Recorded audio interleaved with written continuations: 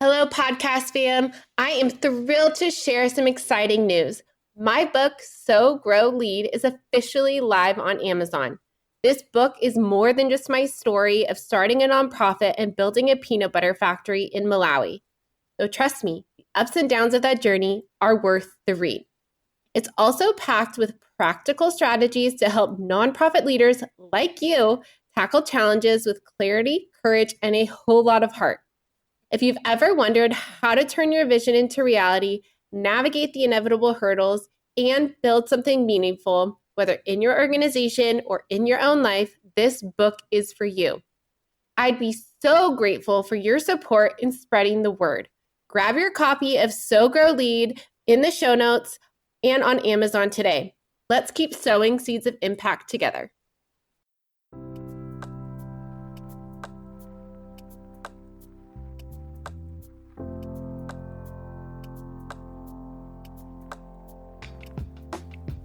Welcome to the Lead with Heart podcast, which is dedicated to nonprofit leaders who are passionate about making a difference. I'm your host, Haley Cooper, and I'm thrilled to have you join us on a journey of growth, inspiration, and transformation. At Lead with Heart, we believe that leading with heart means embracing empathy, compassion, and authenticity in every aspect of our work. It's about putting people first, fostering genuine connections, and creating a positive impact that goes beyond numbers and metrics. In the nonprofit world, it can often feel like we're carrying the weight of the world on our shoulders. The challenges are immense and the road can be lonely. But here, you're not alone. This podcast is a community where we support each other, share our stories, and learn together. Each episode will dive into personal and professional development topics tailored specifically for nonprofit leaders. From innovative fundraising strategies and effective team management to self-care practices and leadership insights, we're here to provide you with practical strategies that you can apply to your life and work. My goal is to empower you, elevate your leadership, and engage your heart in all that you do. I want to help you navigate the unique challenges of the nonprofit sector with confidence and resilience, so you can continue to create meaningful change in the world. So whether you're driving to a meeting, taking a break, or winding down for the day, tune in and join us on this journey. Together we'll discover what it truly means to lead with heart. Thank you for being here. Let's dive in. Welcome back to the Lead with Heart podcast, and we are joined by a powerhouse in purpose-driven marketing and someone that I can call a friend who is just an amazing human being inside and out, Diana Farias Heinrich. She is the CEO of Habrá Marketing and the visionary behind the EQUAstory Framework and the Ethical Nonprofit Summit. Diana is a passionate advocate for ethical storytelling in the nonprofit sector, fiercely committed to upholding equality, respect, and dignity in every narrative. From her certification as an advocate for survivors of domestic violence to her leadership in DEI in the workplace, Diana brings a wealth of insight to the table. She's also supported women in Ghana in launching a sustainable clean water business and somehow finds time to be a proud mom and wife. If you ever wondered how to raise funds without compromising your values or how to tell stories that honor rather than exploit, you want to tune into this episode. Welcome to the podcast. Thank you so much for having me, Haley.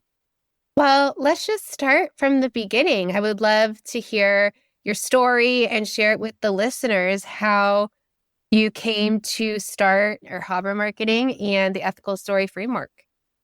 Yeah, so I actually started my journey in ethical storytelling almost 10 years ago when I got into nonprofit. I used to be a project manager for software development.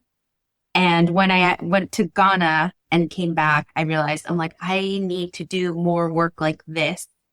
And so I changed careers, and my first nonprofit role was communications and development. And so my first assignment was to write stories and photograph these 10 young moms who had won college scholarships. And so I took their pictures and I wrote their stories, but I never really had a conversation about them. The stories that I wrote about them were secondhand information or information from applications and things like that. And so anyway, I, of course, post them all over the internet and social media, and we use them in our program materials and all of these things, right? We're celebrating these moms. We're using the scholarships awards to promote our fundraiser and all of those things. So we have the fundraiser and everything goes really well. And I'm feeling really good and proud of myself because this is like my first assignment out of the gate. And then I find out like a couple weeks later, because I happened to overhear my colleagues mention one of the young women's names. And I said, what happened to her? And they told me that she had been involved in a domestic violence situation and her ex was being let out of jail. And so in that moment, I realized, oh, I put out her first name, her last name, kid's name, her program, like all of these identifying details that are just a Google search away. And I had put it all out there.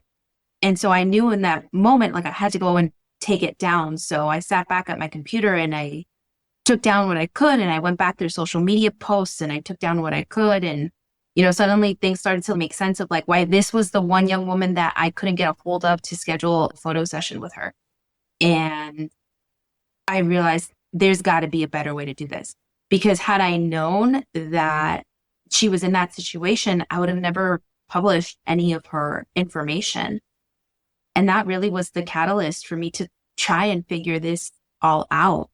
And so over the next couple of years, I started developing as being the marketer and the communications person and the one always hitting the publish button. Like, how do I make sure that whatever I publish at the end is something that, one, first of all, isn't going to put somebody in harm's way, and two, is something that they're proud of, because that's what I'm always looking for now as a storyteller is I want whatever story I'm telling about someone for them to be proud of it, for them to want to share it with their friends and family too. I can totally relate to that story. And thank you so much for sharing and being bold and courageous enough to take that step to try to figure this out and try to make it more ethical in the way that we're able to tell stories. And I think a lot of the listeners can probably relate to this too. So when it comes to ethical storytelling, can you just define what that means? To me, ethical storytelling is producing a story that somebody is proud to share with their friends and families, like I just mentioned. And it's the process of working with that story owner, right? That person with the lived experience who's sharing their story with publicly, making sure that I have their informed consent, making sure that they are part of the process of storytelling all along the way, and that they really understand what it means to go public with their story. Because we never know what may happen once something goes live, right? On the internet, everything's searchable. And so it's that relationship that I build with them along the way that makes it so that we can have a story that everybody's proud of. And that still shows a really good impact for the organization. Yeah. So, obviously ethical storytelling is becoming a buzzword, but not everyone fully grasps it. So what are some of the most common pitfalls organizations fall into when it comes to nonprofit marketing and communications? Oh, there's so many, Haley. Where do I start? So one of them is using stories that are really old, meaning 2, 3, 4 years old. And I'm sorry, I can hear like the collective gasp of the story that I'm using. And I get it, because we have a lot on our plates. And the process of telling a story ethically takes time and a lot of planning and being very intentional, so that you're not using stories that are 2, 3, 4, 5 or more years old, or photographs. That's one of the pitfalls. Another pitfall is not reviewing stories with clients ahead of time. And I've heard this from several people. They publish a story about someone, that person sees it, and they are like, how could you say this about me? Because it's painting them in a really negative light, or it's saying way more than they would ever be comfortable sharing publicly. I think those are probably the two biggest, but it could be anything. It could also be like publishing a photo of somebody that they don't like of themselves. I don't know about you, but if my husband or my sisters or somebody takes a picture of me I don't like, I'm like, please don't post that. It's like it can be very simple things like that.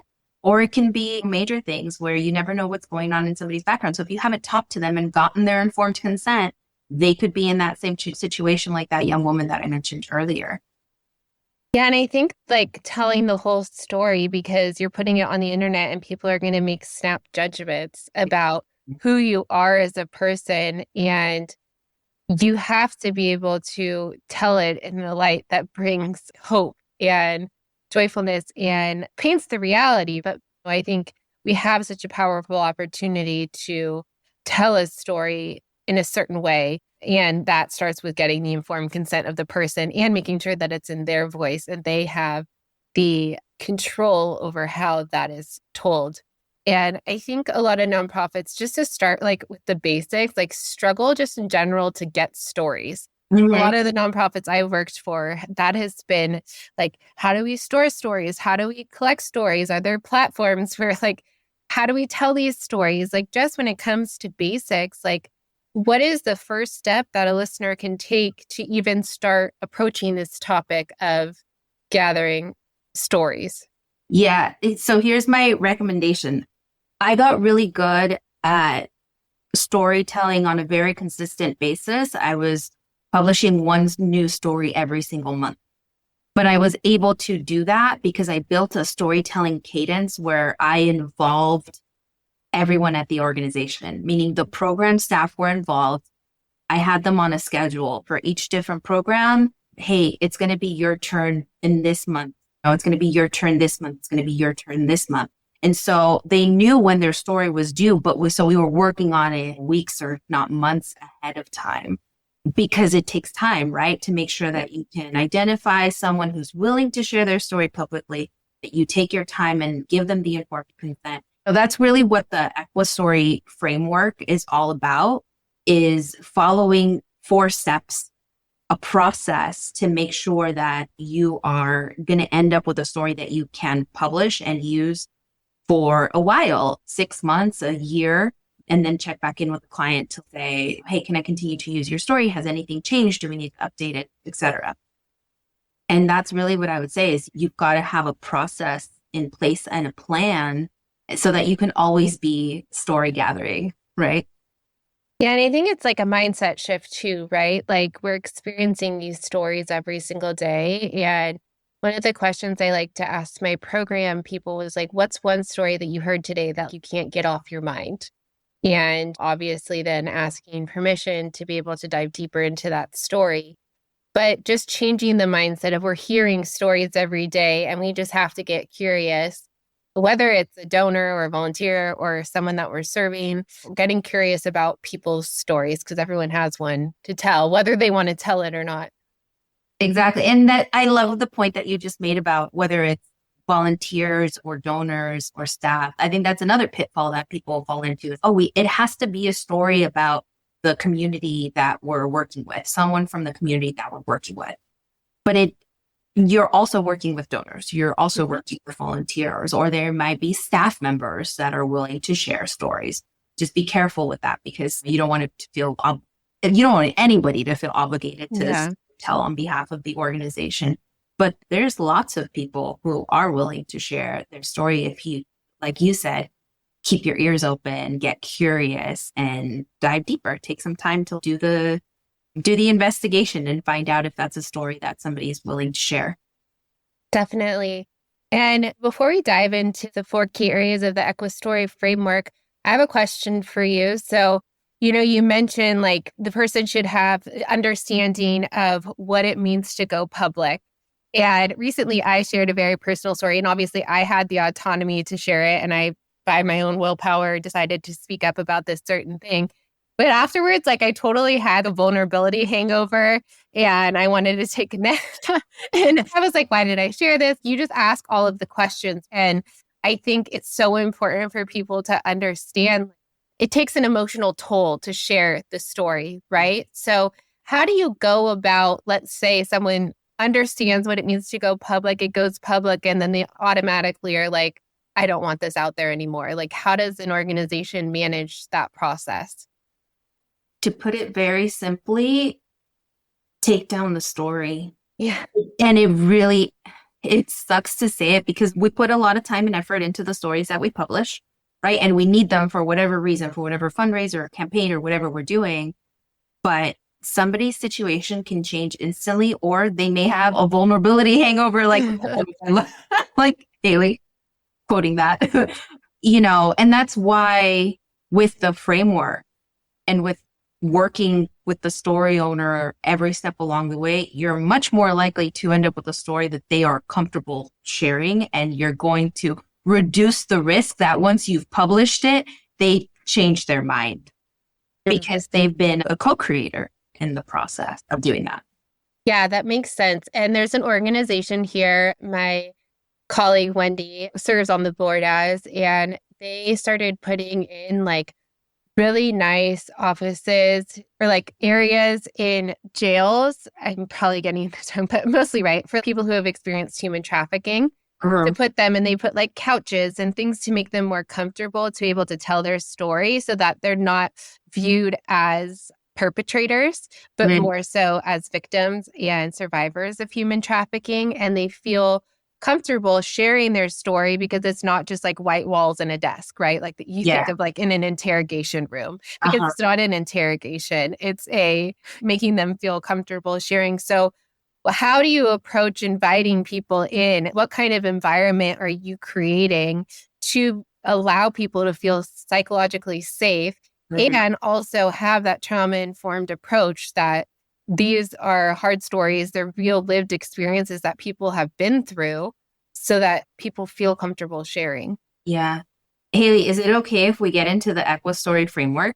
Because let's do it. That's in step 2. So EQUAstory, EQUA stands for each step of the process. So E is for explore, which means that you, as the person who's putting this all together, my communications and marketing and fundraising folks, you're going to explore the person's background, right? We talked about if you hear a story and you want to go deeper, you're going to explore it, right? Who's that story about? Might they be interested? This is the part where you talk to the program staff or direct service staff, somebody that knows that person. You ask them, hey, do you think it's a good time to ask this person to share their story on our behalf? Or might they be going through a crisis mode? Or might they be in crisis, And so maybe it's not a good time. This is when you decide ahead of time what you're going to do with that story, right? Are you just going to use it for social media? Are you going to use it for an email campaign, a direct appeal like mailed letter? Are you going to use it in a report? There's so many different things that we can do with a story. So it's really important at this point to define how you plan to use it. Because doing a direct mail appeal letter is very different from pitching it to the local news.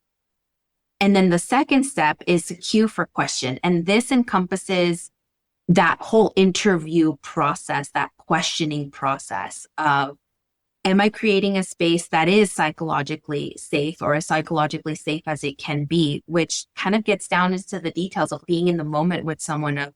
You can invite them into a room. Hey, would you like the door open or closed? Would you having a cup of water ready for them? Having, I don't know, maybe some snacks, having tissues, saying, please bring somebody that would make you feel comfortable during this interview. It might be somebody from your staff. It might be somebody from home. Like it might be a friend. Feel free to bring your kids if it's going to be a thing that you can't have them taken care of, or you just want to have your kids with you. All of these like little things to like think about the space and how someone is going to feel with you, especially if they don't have a relationship with you, right? Because typically those of us on the development communications side of the work don't have that direct relationship with someone. And so we want to be able to make them feel comfortable with that. And then making sure that you are friendly and introduce yourself and your role in what you do, right? And really treat it like a conversation and not as much of an interview. When you are interviewing, those questions that you ask, that they be questions that are mindful of their situation. So, for example, a client of mine mentioned that they were interviewing folks who were formerly incarcerated. And the question that they asked the person was, what does it feel like to be like a formerly incarcerated person now looking for new jobs? And the person was like, what does that mean? What does formerly incarcerated mean? Like, you mean like I was in jail? And they said, yeah. And so it's those little like language, like nuance things. Like we can get so wrapped up in our work as nonprofits and our jargon that sometimes we forget that we're just having a conversation with someone. And so that's the question part to your question earlier about how do you make somebody like feel comfortable and psychologically safe. And then the third part of the EQUAstory framework is you for understand. And this is when you make sure that this person understands what they're getting into when they go public with their story. So this is the informed consent piece. And how you check for understanding is using something called the stakeholder test. And this comes from an article that was published by Save the Children called The Practicalities of Informed Consent and Development Photography. It's by the author Nabila Idris. And so the stakeholder test is putting the context, like putting the story into the context of this person's life. That might sound like, let's say we found out in the explore phase that the person really likes TikTok. Like maybe it's, a young person that you're telling a story about, they're always on TikTok. Like ask them like, well, how would you feel if your friends saw you on our TikTok page? Like, would you feel like that was cool? Or would you feel embarrassed? How would you feel about that? And then just having that conversation. So, because I know that I'm going to pitch this to the news, if this story gets accepted and you're on the news at 5:00, how would you feel about your family seeing it, your classmates seeing it, whoever's seeing it? And really having that in-depth checking for understanding. Are we thinking about like the future potential consequences, repercussions, is that exciting or not? And that's really what the understanding step is. And then finally, the last step in the EQUAstory process is A for approval. And this is when you take whatever you've made, whether it was a letter or a social campaign, pictures, whatever, video, whatever it may be, and you run it back by the story owner and say, is there anything that you want to add, edit, or delete? Right? And check with them again. Hey, remember that we said we were going to pitch this to Good Morning America? Are you still okay with that? Yes, cool. If not, that's all right too. And this is something that I encourage people to do all along the process is make sure you always put no on the table. If you're not comfortable with that's okay, we can do this instead. If you're not comfortable with anything, that's okay. We can stop right here and we don't have to go forward. Everything's going to be fine. You're not going to lose like services or anything. This is just something extra. So putting no on the table is really important, especially for folks who have been survivors of trafficking, for instance, or just haven't always had autonomy or have been raised to be appeasing to the powers that be. So that putting no on the table is really important. So when you're talking about informed consent, is this a written form where people are signing like along with the process, or is it just a verbal agreement? I'm just thinking like legally, like if someone, along the process gets something that's posted that then doesn't accurately portray, or somehow there's a misstep in the process, hopefully everything is going right because now people are equipped with your EQUAstory framework.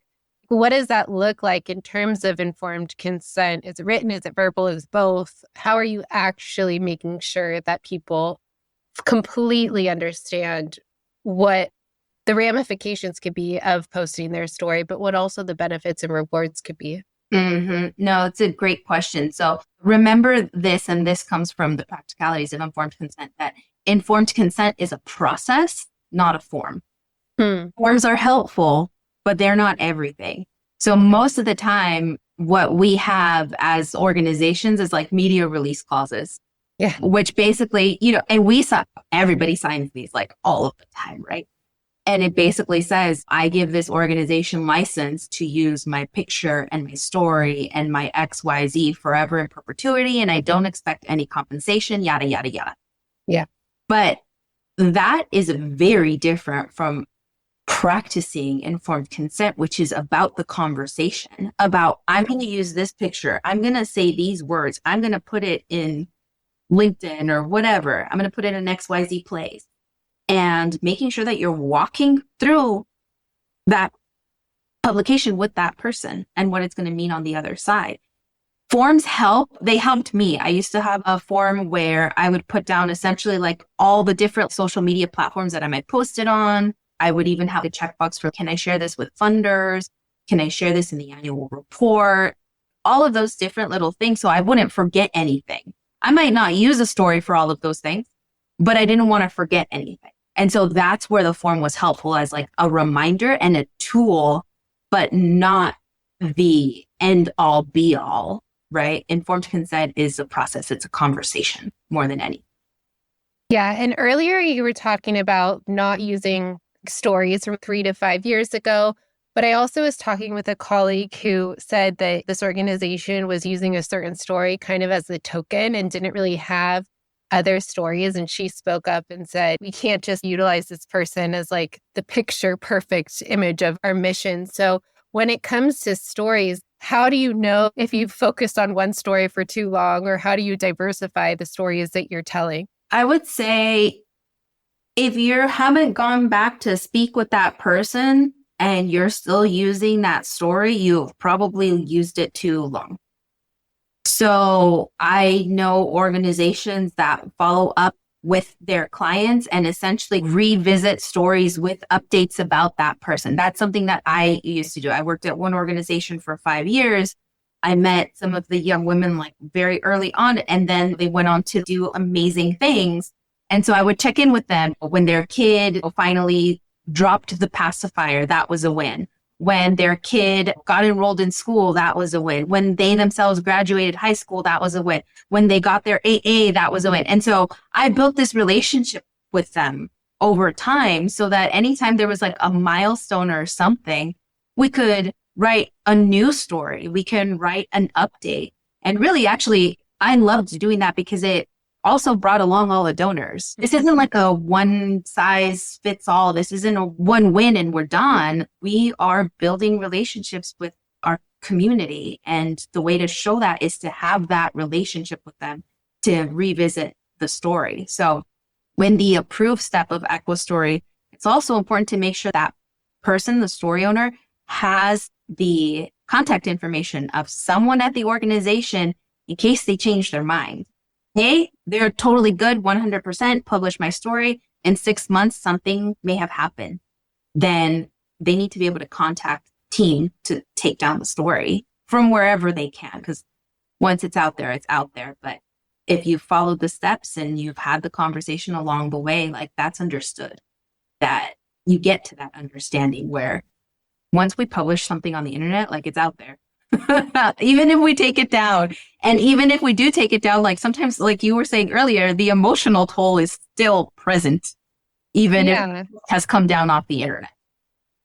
Yeah, because you have to relive the experience by telling it. So there's obviously multiple ways to tell a story. And I think one that at least I've come across, and I'm assuming our listeners as well, maybe you're not able to use the picture of the person for the reasons that we've talked about, right? Like they're survivors of domestic violence, or he's sex trafficking, or they're youth. And there's very fine lines of what you're able to post. So when it comes to photos and telling a story, when it comes to using stock photos, like how do you ethically use those? Or do you have to use photos at all?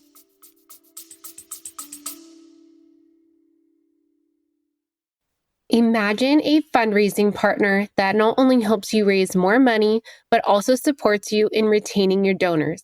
A partner that helps you raise funds both online and on location so you can grow your impact faster. That's DonorBox, a comprehensive suite of tools, services, and resources that give fundraisers just like you a custom solution to tackle your unique challenges, helping you achieve the growth and sustainability your organization needs, helping you help others. Visit donorbox.org to learn more. I think from a marketing perspective, you absolutely need to use photos.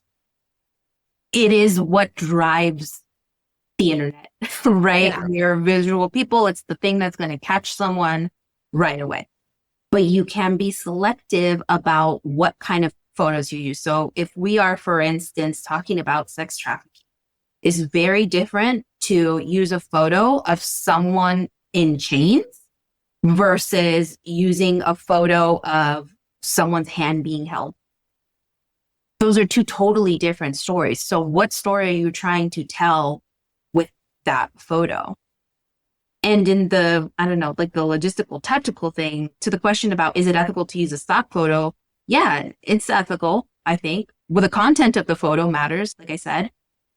But just be honest with your viewers, your readers, your donors, that it's a stock photo, and tell them why. Tell them why you have to use a stock photo. It is to protect someone's safety, someone's privacy. And that's something that's really easy for all of us to get behind, because you've got kids, I've got a kid. We care about those things, their images online. We care about our own images online. So once you frame it in that way, then, okay, yeah, that makes sense why you might not want your photo out there available to the entire world. Yeah, and I think it's important to also, like you said, portray the situation accurately. I've been a part of giving days here locally, and there's a certain organization that collects all the stock photos that like a number of organizations are supposed to be using. And we've fought back up against some of the photos that they source because it doesn't accurately portray what families experiencing homelessness look like. And it's very like desperate and destitute, and it's almost like poverty porn, right? To a certain degree. And it's like, that's not educating the community on what it actually is. Because someone can look like you or me or anybody else that we see on the street, and we do not know what their real situation is. And so, yeah, you got to think about the dignity of someone in that situation and bring that to whatever story you're telling with the photo or with the video as well. Well, there's a difference between, I think, photojournalism and what we're doing as nonprofits to talk about homelessness, for instance. Yeah. And photojournalists, and this is where the debate is, right, with the ethics, is somebody that is telling stories of the wars that are happening in the world right now. They may find it ethical to show exactly what is happening because it is an emerging situation. Whereas if somebody here was providing aid as a nonprofit, they may have to use a stock photo, or they may have to use an AI generated photo. And that's a whole nother thing. But you have to be honest about what you are putting out there. Is it real or is it not real? Because your viewers deserve to know the truth too. That's part of it.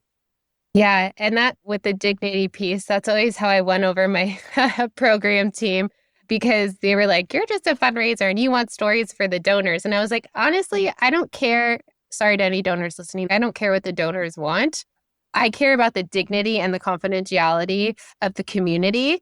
And so if that is the most important thing to me. If a donor asks for a story and we just cannot provide it and we're going to lose funding, that's fine. Because the most important person is the person that holds the story and their dignity and the respect of that person. And I think that was able to help level the understanding between us, that I'm not just using stories to get money. It was like the importance of why we're doing this. It's important not to think of donors as others. Oh, you and I are donors. Yeah, it's true. Probably most of your listeners are donors, but they're also probably nonprofit leaders. So, it's about community. It's about everyone that's involved, all of the different stakeholders, whether that's the public or the staff or the clients that you're working with. It's about doing, right by the entire community, I think. Oh, that is so good. Thank you for framing that perspective. And I'm so glad that you're having this conversation with me, because I know that the Ethical Nonprofit Summit is coming out in just a few weeks, and this episode will come out right before it. And so this is your second year, which is super exciting. And I just loved the content last year. So tell me more about the summit and what we can look forward to. So everything oh my gosh, there's so many things that we talked about that are going to be topics at the summit. Like we were talking about the forms and the media clauses and what's legal versus what's ethical. We have a speaker, Ali Levine, who's a lawyer who works with nonprofits, and she's talking about this. We are talking about dignity with Rachel D'Souza. We are talking about containers for hard conversations with Frank Velasquez Jr. and so many other incredible speakers that are experts in different aspects of the storytelling process. And so the summit is from June 4th to June 6th. It's from 9 a.m. to 12:45 p.m. Pacific Standard Time, because I wanted to make sure that our East Coast folks didn't miss anything when they got to go pick up the kids. And so the summit, this is the second time, and it's really a container for us to have these difficult, nuanced conversations and find a way to move forward together, because it's very easy to feel alone in this work when you're that one person at your organization that's like, hey, we need to be doing this differently, and not feel like somebody's got your back. So that's what really the Ethical Nonprofit Summit is about, is we're all coming together. We have each other's backs. We understand that we are all in different parts of our ethical storytelling journey, right? Some of us learning about it for the first time, some of us a little bit further along, but we're in it together because as a sector, this is the way that we need to move forward, right? To like be in integrity, to honor our values and all of the work that we do. It doesn't just fall to our program colleagues. It's part of our job too, and part of our soul, I think. That's why we got into it in the first place. If you're out of alignment with your values because you're publishing stories that are doing harm, then we got to do something about it. Yeah, I think we all are in this humanitarian work to put the human back in it. And Diana has so generously offered $20 off using the Lead with Heart code to the summit. So definitely sign up. I will be there. The speaker lineup is amazing. And like you said, I am just so thankful that you are opening spaces for these conversations. Whether you're new to ethical storytelling, you're seasoned, there's always something that we can learn. Mm-hmm. And just a plug too, what the session that I'm most looking forward to is the practitioners panel. So this is a group of story owners and nonprofits, organizations that are doing this stuff in real time. And so we get to learn from them and their wisdom. And that is, do not miss that one. Yeah, I think that's so great because sometimes at conferences you can talk high level like of the concepts, but it's always nice to see people who are actually putting it into action, and whether they have the challenges or the opportunities or the wins, seeing both sides of the practicality of how it's happening in their real world. Mm-hmm, exactly. So I'm very much looking forward to it. I hope y'all come, use Lead with Heart, and I'll see you there. So where else can people find you? Well, you can find me on LinkedIn, Diana Farias Heinrich. You can find me on my website, habramarketing.com. And you'll find me at the Ethical Nonprofit Summit. And many other places this summer. But thank you so much for being here. We will make sure to link to all this in the show note. It is always just such a joy to have a conversation with you. Thank you so much, Haley. If you have valued these stories or learned something from what you've heard, please share this podcast episode or follow me on LinkedIn. Thank you so much for your support, and together we can build a better community and world.